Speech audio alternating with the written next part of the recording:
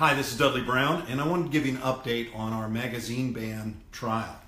Now, you should know that this was really a double-pronged attack at getting rid of this magazine ban. The first prong, which we've been working on for years, is to try to overturn the number of anti-gun legislators in the Colorado House and Senate and get rid of the people so that we can actually repeal it in the legislature. Now, that's a very difficult thing to do. We're really one of the only group working at that, and we did succeed in keeping the Republicans in power, and so that we have a pro-gun majority in the Senate. The problem is the House. The second prong, while that's going on, is to try to pass get a lawsuit through and repeal it that way, and strike it down. Now, this case started really in 2013, right after the Colorado legislature passed House Bill 1224. And it went to a district court judge who dismissed the case and didn't have a trial. And we appealed that and went to the Colorado Court of Appeals. The Colorado Court of Appeals remanded it back down to this Judge Madden and ordered him to have a trial, which is what we did starting the first week of May. That was a full week trial, 5 days. The state, the Attorney General's office, which is representing the governor, but is staff members for Republican Attorney General Cynthia Coffman, used up to 5 attorneys there and paralegals and a great number of people there working on their, quotes, legal team. We had, in the background, James Bardwell, our in-house attorney for Rocky Mountain gun owners, along with, in court, Barry Arrington, 1 attorney versus 5. And frankly, they were outnumbered by Barry Arrington. Barry is a former state legislator and just a stalwart and longtime advocate for our freedoms. And Barry Arrington was one of these guys who absolutely works tirelessly for liberty and freedom. So it's great to have someone like him, especially someone with a long history of working with Rocky Mountain gun owners.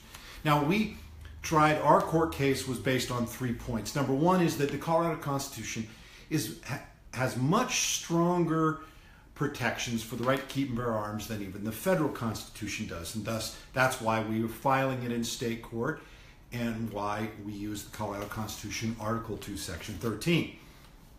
The second point is that House Bill 1224, the magazine ban, really doesn't work to reduce gun violence, gun homicides, or even mass shootings, which was ostensibly the claim that many legislators had for passing it. Second, third was that HB 1224 has a fatal flaw in that there's a readily convertible clause which criminalizes all magazines that are base plate fed or have a removable base plate so that they could be readily converted into what they would be called greater than 15 round magazines. And so those were the 3 items in which we focused and drilled in on in the court case. We think that was our best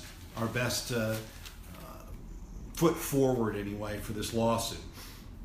Now, Dr. Moody was testified for us. He was our first witness, and he showed us the statistical method and proved that these bans really have no effect on gun homicides or mass shootings. These bans really don't do anything in terms of stopping shootings. And Dr. Moody went exhaustively into the statistics. We then asked mechanical engineer Mark Pasamanik to testify about that fatal flaw of the removable base plate by demonstrating in court the removal of those base plates. You can even see that video. We posted it online on how he can demonstrate in 16 seconds he can convert what is a legal magazine into an illegal magazine. And therefore, if it bans the removable base plate magazine and virtually all magazine-fed firearms, it's banning the firearms. We also had Dave Hardy, who's a historian, and he illustrated Colorado's Constitution and how it was much stronger than the U.S. Constitution, not only when it was formed and the basis in which it was formed back in 1876 and written, and But the general attitude, which was everybody was pretty skeptical of politicians, so they were trying to write a constitution that restricted them dramatically. Now, as you might imagine, the state's witnesses sang a very different tune than our witnesses. So, but really, honestly, when we pressed their witnesses, they became our witnesses, because in many cases, the statistics that Barry Arrington cornered them on really came down to, no, they had to admit the best data available shows it doesn't have any effect. And in some cases, the bans actually increase violence, or vice versa, in the inverse. Now, they tried at times to say that our state constitution was laughably was kind of an activist, pro-government constitution, yet we created a legislature that only met for a short period of time and had all kinds of restrictions on passing a bill. In fact, our second governor even screamed and yelled for a new constitution. He says it was just far too restrictive. It put everybody in a straitjacket, and politicians couldn't pass anything, which of course is really the idea. We also had their state witness showing statistics that the 10-year federal ban, which was called the Feinstein ban, it banned assault weapons, but it also banned so-called high-capacity magazines. It really did nothing to reduce gun homicides or mass shootings.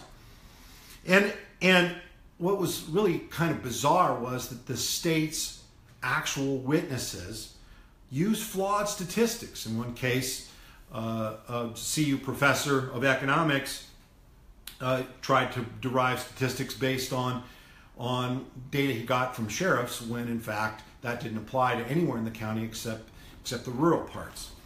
And of course, there was even a state witness who didn't understand that Colorado was adjacent to Kansas, and literally was embarrassed when his own attorney had to correct him. Now, that's just a broad overview of what the case was like. Now, what happens now is what people are really asking us.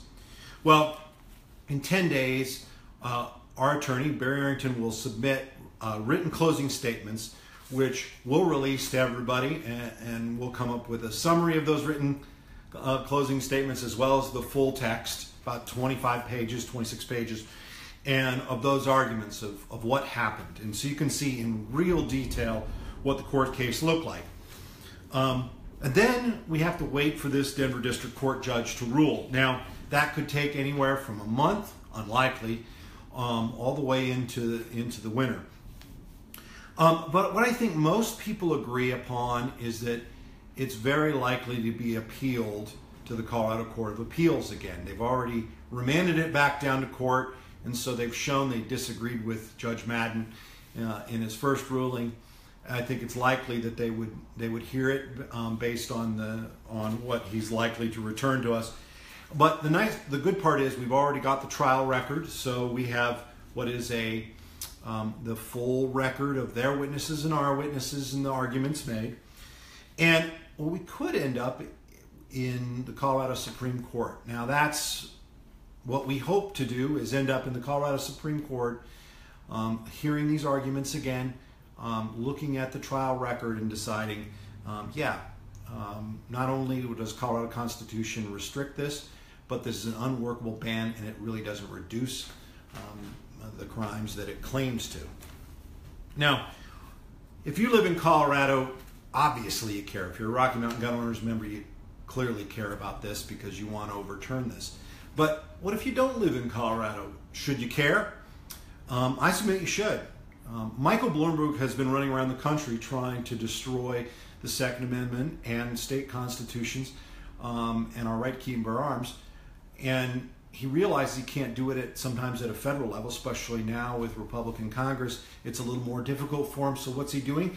He says he's going to spend $25 million in the states, opposing both constitutional carry advances, which is something we've been working on, but also in repealing. And so passing bad bills like the magazine ban. Well, so he really has to be stopped. We have to set this precedent that he can be stopped. And to do that, really, it sets the dominoes in effect. Because remember, these witnesses that the state called, many of them are funded by Mayor Bloomberg's programs for gun control, and they are their go-to witnesses. Zaks and Webster are both literally their go-to witnesses for every gun control case in America. And so destroying their arguments and having judges rule against their arguments will go a long way in other states to show these guys don't hold any water. We think it could breathe some wind into the sails of the Second Amendment movement all around the country. So that was one of the many reasons that we really wanted to push this. And we've already gone through the trial. We've spent that money, but it's money we don't have. Maybe we made a mistake in suggesting in agreeing to do this, but I don't think so. I think this is something we had to do. And so if you haven't donated in some manner or another to our lawsuit, you can do so by clicking on the link here. But then, if you've already done so, please make sure to share this video to your friends. Get them involved. The truth is, we need your help. So thank you, and we'll give you an update as soon as we have it.